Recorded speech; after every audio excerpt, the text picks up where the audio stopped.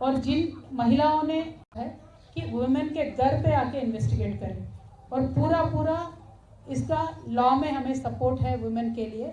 और बहुत सारे कोर्ट केसेस भी हैं जिनमें जजमेंट वुमेन के तरफ आए। तो हमने ईडी को बीच में रिक्वेस्ट किया कि 10 तारीख को बाकायदा, अगर 11 तारीख को आपको इन्वेस्टिगेट करना है हमारे घर पे आइए, अक्यूज किसी के साथ आपको इंट्रोगेट करवाना है तो उनको भी लेके आइए, घर में बैठ के इन्वेस्टिगेशन कर सकते हैं क्योंकि लॉ हमें सपोर्ट करती है। उन्होंने कहा नहीं, आपको खुद चल के आना होगा। देखिए, मैं तो पॉलिटिकल लीडर हूँ, लकीली बाय गॉड्स ब्लेसिंग पूरा पार्टी हमारे साथ है, हमारे पास साधन है तो हम पहुँच सकते हैं। लेकिन मैं मीडिया मित्रों से ये पूछना चाहती हूँ, कई आम महिला किसी गांव में है, कुछ इन्वेस्टिगेशन चल रहा है, तो इतना हमने कोविड के दौर में देखा है कि वीडियो कॉन्फ्रेंस से मेडिसिन भी पहुंच सकता है, डायग्नोसिस भी हो सकता है, तो इंटरोगेशन क्यों नहीं हो सकता है वीडियो कॉन्फ्रेंस से। हम ज़रूर इस मुद्दे को टेकअप करेंगे। हिंदुस्तान में एक रेवोल्यूशनरी स्कीम आना चाहिए, व्हेन पुलिस और एनी डायरेक्टरेट और any agency wants to interrogate women, there should be a facility to be done by a video conference. इसके लिए हम आगे भी जाएंगे, सुप्रीम कोर्ट में हर जगह भी जाएंगे।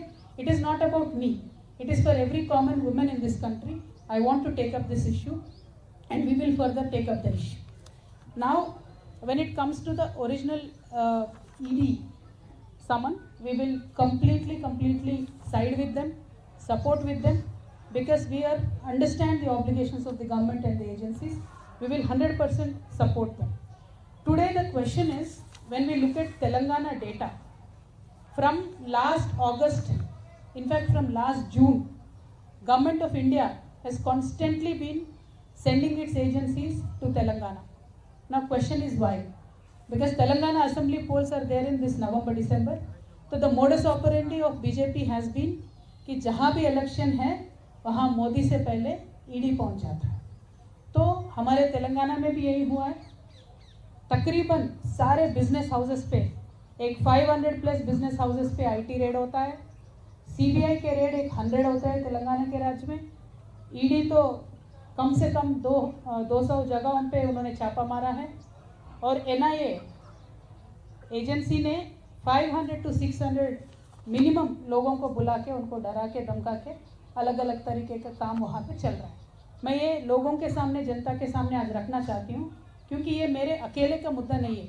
हमारे खुद के पार्टी में मिनिमम 15-16 लोगों को, एमएलएस को, एमपीस को, मिनिस्टर्स को टारगेट करके अलग अलग केसेस में बुलाने का काम कर रहे हैं। तो मेरा मोदी जी से, बीजेपी से एक ही विनती है कि आप जनता के पास जाइए। आपने किस तरीके का डेवलपमेंट किया है, तेलंगाना के लिए आपने क्या किया है, देश के लिए आपने क्या किया है, वो बताइए। उनका दिल जीतिए, बाद में इलेक्शन जीतिए। लेकिन हम इलेक्शन हारेंगे या जीतेंगे, एनफोर्समेंट डायरेक्टरेट यूज़ करेंगे, बैकडोर से गवर्नमेंट में आएंगे, इस तरीके का तो हमने देख लिया है। 9 राज्यों में चला है और तेलंगाना में वो चल नहीं पाया। उन्होंने कोशिश किया है लेकिन हमने चलने नहीं दिया। तो इसीलिए उनका अभी एफर्ट ये है कि किसी भी तरीके से ईडी डाल दो, धमका दो, डरा दो। लेकिन हम भी मोदी जी से और भारतीय जनता पार्टी से और पूरे देश की जनता से बता दें कि हम डरने वालों से नहीं हैं।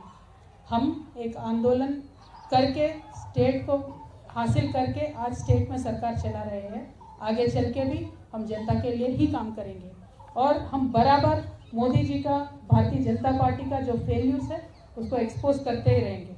देखिए, मोदी जी ने 2022 तक बहुत वादे किए थे।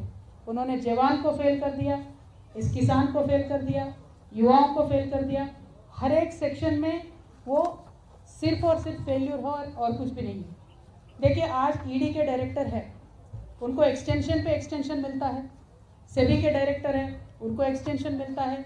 एसबीआई के डायरेक्टर है, उनको एक्सटेंशन मिलता है रिटायर होने के बाद। एलआईसी के डायरेक्टर है, उनको एक्सटेंशन मिलता है। क्यों मिल रहा है इनको? क्योंकि जहाँ ये बोलेंगे वहाँ वो जनता की पैसा निवेश करेंगे और बाकी ये जो एजेंसीज है वो जहाँ बोलेंगे वहाँ जाके काम करेंगे। तो मैं सिंपल सवाल भारतीय जनता पार्टी से पूछती हूँ, अग्निवीर में आप जो लोगों को, युवाओं को ले रहे हैं, उनको एक्सटेंशन दीजिए पहले।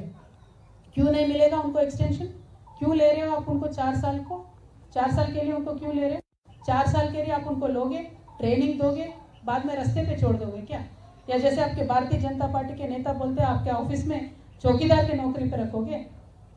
आर्मी कितना सेंटिमेंटली जुड़ता है देश के साथ, जनता के साथ। पूरा परिवार छोड़ के जान पे खेल के आर्मी में रिक्रूटमेंट के लिए बच्चे आते हैं। तो मैं आज यहाँ से डिमांड करती हूँ मोदी जी से, आप 4 साल के लिए अग्निवीरों को ले रहे हो, उनका एक्सटेंशन दीजिए, परमानेंट कीजिए, क्योंकि आज भी आर्मी में 3.5 लाख वैकेंसीज है।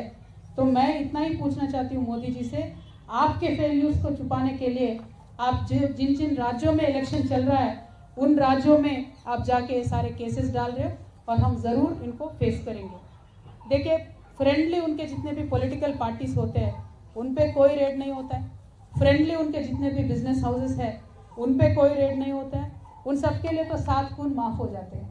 अब अदानी जी ले लीजिए, बाकी बहुत लोग हैं, उन पे तो कुछ नहीं होता है। और आज तो इतना चर्चा है पूरे देश भर में कि देश में डबल इंजन सरकार चल रहा है, और ये 2 इंजन कौन है देश में? एक इंजन प्रधानी है, दूसरा इंजन अदानी है। तो ये हालत आज देश में है।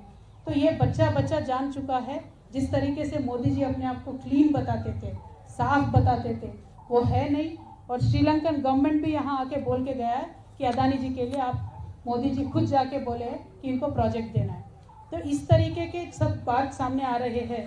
तो ये छुपाने के लिए आप विपक्षों पे ईडी का वार कर रहे हो, वो ठीक है, हम विपक्ष है, जेल लेंगे, हम पॉलिटिशियन हैं, लेकिन जनता पे जो महंगाई का आप वार कर रहे हो ना, वो ज़रूर आपको आगे इलेक्शन में रिजल्ट दिखाएगा। मोदी जी, आप काम उस पर करिए। मेरा विनंती ये है भारतीय जनता पार्टी से, please work on reducing the prices, please work on giving more subsidies, please work on giving more jobs. What will you get out of torturing people like us? आप करिए, हम बात करेंगे, हम ज़रूर फेस करेंगे ईडी को। लेकिन आपके BL संतोष जी से भी बोलिए, ज़रा हमारे तेलंगाना में आके सिट के सामने पेश हो जाए, आंसर करें, क्वेश्चन आंसर करें। किस बात की डर है आप? हमने गलती नहीं किया, हम तो आ रहे हैं ईडी में, हम कल भी जाएंगे, आपको जो करना है करिए, जो लीगल कोर्स है, लीगल एक्शन है, हम पूरा आपसे कोऑपरेट करेंगे। लेकिन BL संतोष जी क्यों केस पे केस करके, दावे पे दावे करके, स्टे के ऊपर स्टे क्यों लेके आ रहे हैं? इस बात को ज़रा जनता गौर करके सोचे। मेरी जनता से एक ही रिक्वेस्ट है, जिस देश में गांधी जी पैदा हुए हैं उस देश में आज झूठ का राज चल रहा है। झूठ पे झूठ, झूठ पे झूठ, झूठ पे झूठ हमें बोला जा रहा है। GDP के बारे में झूठ बोलते हैं, डेवलपमेंट के बारे में झूठ बोलते हैं, पार्लियामेंट के हाउस में खड़ा होकर प्रधानमंत्री झूठ बोलते हैं। क्या ये पॉलिटिक्स है? ऐसा पॉलिटिक्स चाहिए? पावर चाहिए तो जनता के पास जाओ भाई, जीतो उनका दिन। ये किस तरीके का पॉलिटिक्स है? हमें सहनशीलता का भी हद होती है। मैं भारत की जनता से इतना ही बोलना चाहती हूँ कि 1 नेशन 1 फ्रेंड का सरकार को आप मौका मत दीजिए। जो विपक्ष है उनके बात रखना चाहते हैं, ज़रा उनको मौका दीजिए। मुझे एक बहुत इंटरेस्टिंग किस्सा याद आ रहा है। महाभारत का युद्ध चल रहा होता है, दुर्योधन जा रहे होते हैं